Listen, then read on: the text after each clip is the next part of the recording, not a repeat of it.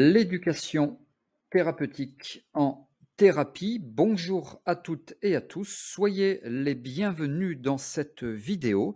Je suis David Vigneron, je suis formateur en hypnose clinique, en thérapie brève et par ailleurs infirmier diplômé d'État. Ici, vous l'avez compris, nous allons parler d'éducation thérapeutique qui pour autant est une discipline qu'on aborde peu en thérapie. Je crois, en tout cas au moment où je réalise cette vidéo, être un des seuls qui parle d'éducation thérapeutique dans le domaine de la thérapie. Alors, thérapie, que ce soit l'hypnose, que ce soit l'EFT, que ce soit l'EMDR ou autre. Et vous allez comprendre, en tout cas, je l'espère, dans cette vidéo, ô combien c'est important de maîtriser et d'utiliser, bien sûr, l'éducation thérapeutique. Alors, je vous précise que vous avez la possibilité de vous abonner à cette chaîne YouTube. Pour cela, cliquez sur le bouton s'abonner et activez la cloche de notification. C'est tout à fait gratuit pour être informé lorsque je sors de nouvelles vidéos et vous savez que c'est régulier. Par ailleurs, vous avez la possibilité d'interagir avec moi sans intermédiaire en posant vos questions. Vous pouvez me faire part de vos commentaires, etc. Tout cela sous la vidéo. Alors, selon mon approche, je vais vous expliquer un petit peu comment je suis arrivé à ce cheminement intellectuel. Je connais depuis très longtemps, puisque, comme je vous l'ai dit, de formation, je suis infirmier, ce qu'on appelle l'ETP. L'ETP, c'est l'éducation thérapeutique du patient. Alors, on l'utilise énormément quand, par exemple, on a un patient qui est insuffisant cardiaque, on va lui expliquer ce qu'il faut faire au niveau du sel, au niveau de l'eau, au niveau des exercices, au niveau de plein de choses.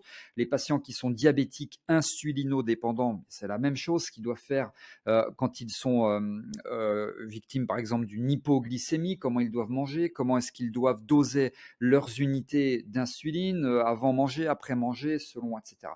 Voilà, donc tout ça, c'est l'éducation thérapeutique du patient, ce qui sera la même chose pour vous. Je ne vous le souhaite pas, bien entendu. Si demain, par exemple, vous vous faites une fracture, je ne sais pas, du tibia péroné, vous avez un plâtre, eh bien, il va y avoir des choses à faire et à ne pas faire au niveau par rapport à la circulation du sang pour éviter des phlébites, des choses comme ça. Donc là, l'infirmière ou le médecin qui va vous expliquer tout ça, même si vous vous en rendez pas forcément compte, va faire de l'ETP, de l'éducation thérapeutique du patient. Et très souvent, de plus en plus, c'est tant mieux, c'est mon cas en tout cas, les professionnels de santé sont formés à l'éducation thérapeutique du patient parce que quand on veut transmettre quelque chose à quelqu'un, quand on veut communiquer, donc transmettre un message, une information, un savoir, un savoir-faire, eh bien, ça passe par un certain nombre de règles, bien entendu, et donc ça fait partie de l'ETP. Et partant de tout cela, eh bien moi, je parle volontiers de l'ETC. L'ETC, c'est quoi? C'est l'éducation thérapeutique du consultant. Donc, on va plus parler ici dans cette vidéo maintenant d'ETC, même si régulièrement, je vais faire des liens avec l'ETP. Donc l'éducation thérapeutique du consultant, je fais simplement une petite différence entre le patient, c'est plutôt dans le milieu de la santé, et le consultant, enfin selon mon vocabulaire en tout cas, c'est plutôt le milieu de la thérapie. Donc le TP, le TC, comprenez bien que on explique en pédagogie que l'adulte apprend quand il comprend. Si on ne comprend pas quelque chose, on ne va pas apprendre. Ça va rester sur la mémoire à court terme, mais pas sur la mémoire. Ça ne va pas s'inscrire, ça ne va pas s'engrammer sur la mémoire à long terme. Or, quand un consultant vient vous voir, si par exemple il veut apprendre à gérer son stress à chaque fois qu'il doit prendre la réunion en public, prendre la parole, pardon, en public ou en réunion, eh bien, le but, c'est pas simplement qu'il soit capable de faire les choses correctement sur la prochaine réunion qui aura lieu dans 2 semaines. Le but, c'est sur toutes les réunions. Donc, à un moment donné, il va falloir l'autonomiser, il va falloir l'éduquer à réussir à prendre correctement la parole en public et à gérer son stress lorsqu'il prend la parole en public. Et donc, pour l'éduquer, pour lui expliquer, il va falloir qu'il comprenne pour que ça puisse s'inscrire dans la durée. Donc l'adulte apprend quand il comprend.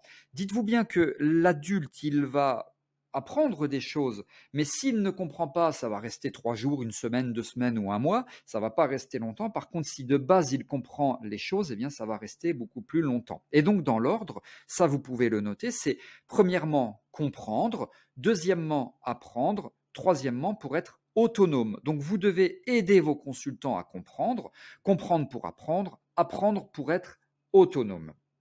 Donc l'adulte apprend quand il comprend. Et je parle là aussi volontiers, toujours selon mon approche, dans le contexte de consultation, je parle de psychopédagogie. Moi, je dis qu'avec mes consultants, je fais de la pédagogie, de la psychopédagogie, alors plutôt de la psychoandragogie, puisque la plupart sont des adultes. Je fais de la psychopédagogie pour qu'ils soient capables d'intégrer tout cela, de comprendre et pour être à un moment donné dépendants de eux-mêmes et pas dépendants de moi, pas dépendants de mes consultations. Mais je vais avoir l'occasion d'y revenir dans quelques instants. Alors selon l'OMS, alors vous le voyez, ce n'est pas d'aujourd'hui. Selon l'OMS, 1996, je cite, l'éducation thérapeutique du patient, et on fait le parallèle, on établit des parallèles avec les consultants, vise à aider les patients à acquérir ou maintenir les compétences dont ils ont besoin pour gérer au mieux leur vie, par exemple pour gérer leur stress quand ils prennent la parole en public, pour gérer le stress quand ils vont devoir passer le permis de conduire, etc., dont ils ont besoin pour gérer au mieux leur vie, dont ils ont besoin pour atteindre leurs objectifs avec une maladie chronique, donc là en l'occurrence avec une problématique pour laquelle ils viennent vous consulter, vous, thérapeute, coach ou autre. Elle fait partie intégrante et de façon permanente de la prise en charge du patient. Pour moi, l'éducation thérapeutique fait partie intégrante et de façon permanente de la prise en charge de nos consultants dans un contexte de thérapie.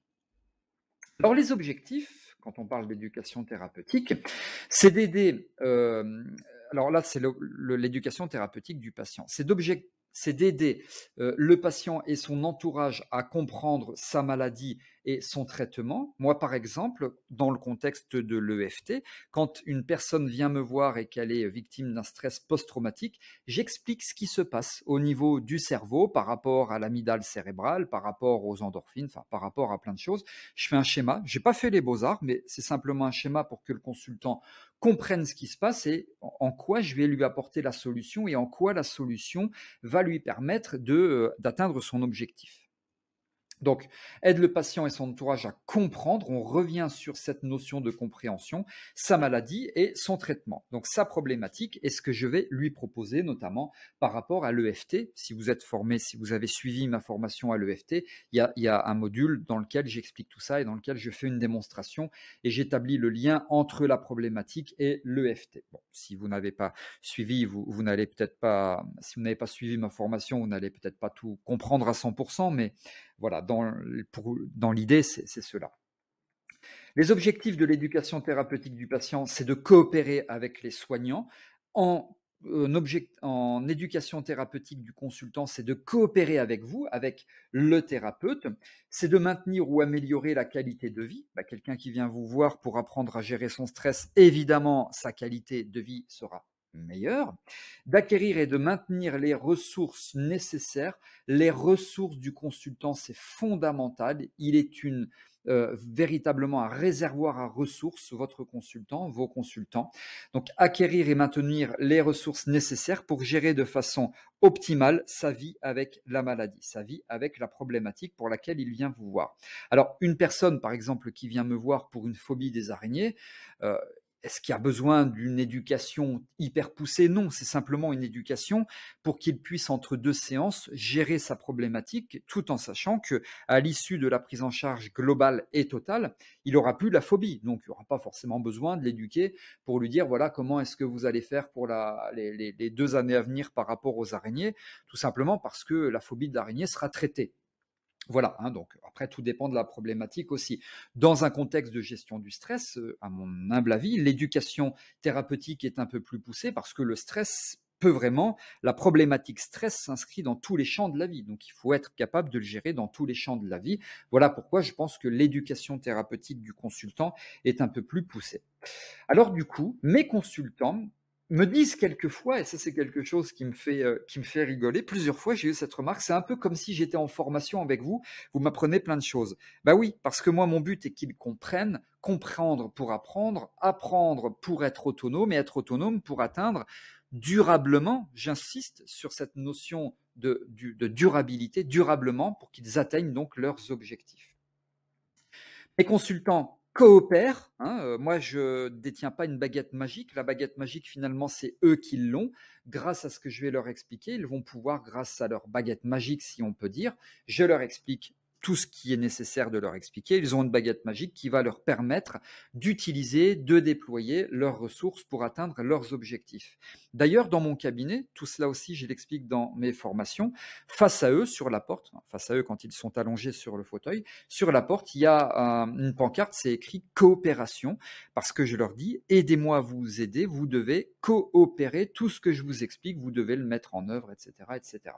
Donc mes consultants, grâce notamment à l'éducation thérapeutique coopèrent, dépendent de leurs ressources. Alors ça, c'est une vérité la plus absolue qui soit, une réalité la plus absolue qui soit. Ils dépendent de leurs ressources et savoirs et pas de mes compétences. Évidemment, ils dépendent quand même un petit peu de mes compétences parce que s'ils viennent me voir que je suis totalement incompétent, les résultats, bon, bah, ça sera médiocre, hein, bien sûr. Mais néanmoins, selon moi, à 80-90%, ils dépendent de leurs ressources, de leur savoir, et pas de mes compétences. Sauf que c'est moi qui leur explique comment déployer leurs ressources, c'est moi qui leur explique comment, c'est moi qui leur transmets un certain savoir au regard de mes compétences, au regard de plein de choses. Donc il y a quand même évidemment un lien à établir entre mes compétences et les ressources.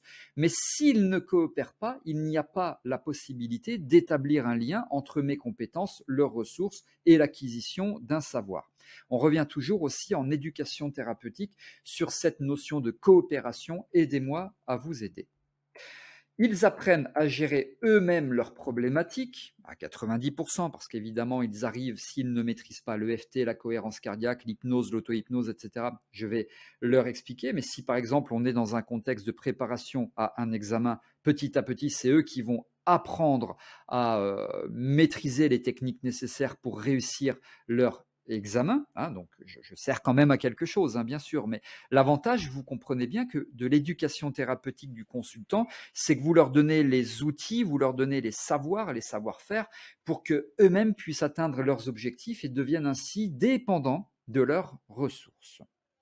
Donc apprennent à gérer eux-mêmes leurs problématiques, s'inscrivent dans une forme d'enseignement, c'est ce que je vous ai dit, hein, puisque certains me disent c'est un petit peu comme si j'étais en formation.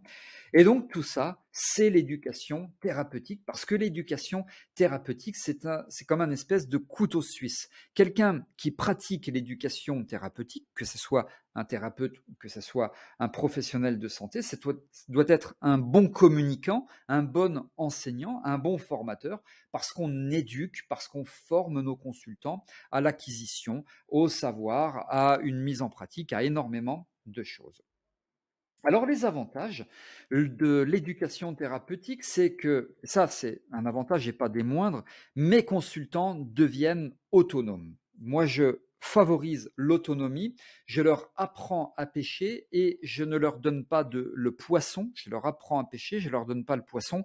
Là je fais le lien avec une citation de Lao Tse, apprends à Pierre à pêcher, il mangera toute sa vie, donne-lui un poisson, il ne mangera qu'aujourd'hui. Alors je ne cite pas, je vous la résume la citation, mais c'est ça dans l'idée.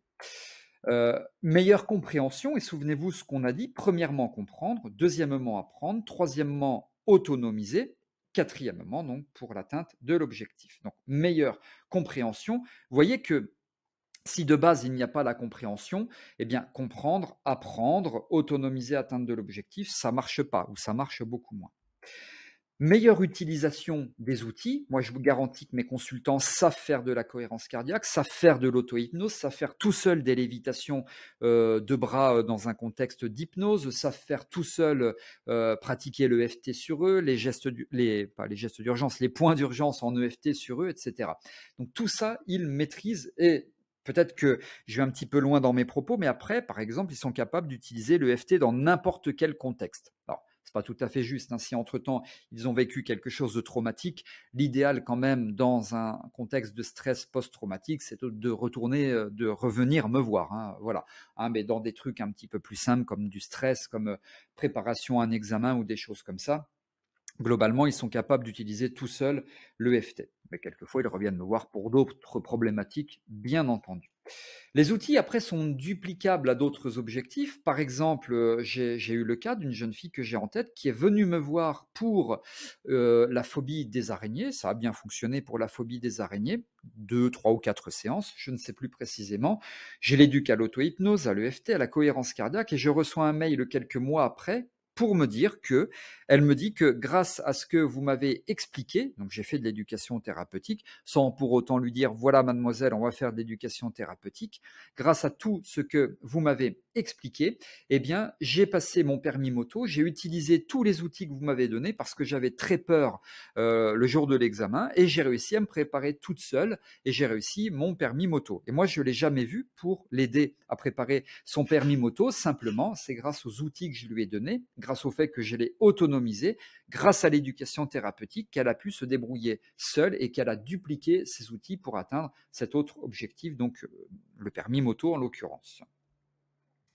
Alors évidemment, l'éducation thérapeutique, ça vous permet d'obtenir de meilleurs résultats, des résultats plus durables aussi, parce que avoir de bons résultats quand le consultant sort du cabinet, il est bien, c'est super, mais enfin, moi, ce qui m'intéresse quand même, c'est la durabilité, hein. Donc l'idéal, c'est quand même d'obtenir des résultats durables, bien sûr, et tout ça, encore une fois, et je me répète, et c'est volontaire, c'est l'éducation thérapeutique. Donc, grâce à l'éducation thérapeutique, vous allez obtenir de meilleurs résultats, des résultats qui sont durables. Vous vous inscrivez véritablement dans une autonomisation de vos consultants qui comprennent, vous leur transmettez de bons outils, vous apprenez à faire des démonstrations en temps réel, commenter, diriger, des démonstrations commentées, justifiées, des reformulations, enfin voilà, il y a énormément de techniques. L'éducation thérapeutique, c'est vraiment quelque chose de génial.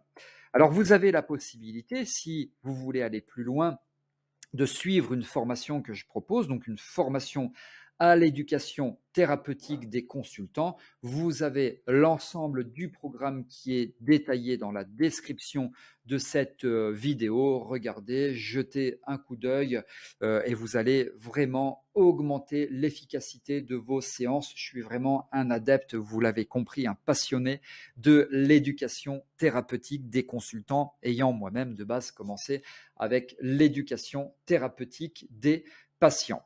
Voilà, je vous remercie d'avoir été attentif et attentif, d'avoir écouté cette vidéo. Si elle vous a plu, vous pouvez commenter, vous pouvez me poser des questions, tout cela sous cette vidéo. Vous pouvez liker en cliquant sur le petit pouce bleu. Vous avez également la possibilité de vous abonner. Vous me posez vos questions, on interagit. Merci, merci d'avoir été attentif et attentive. Je vous retrouve pour de prochaines vidéos. À très bientôt.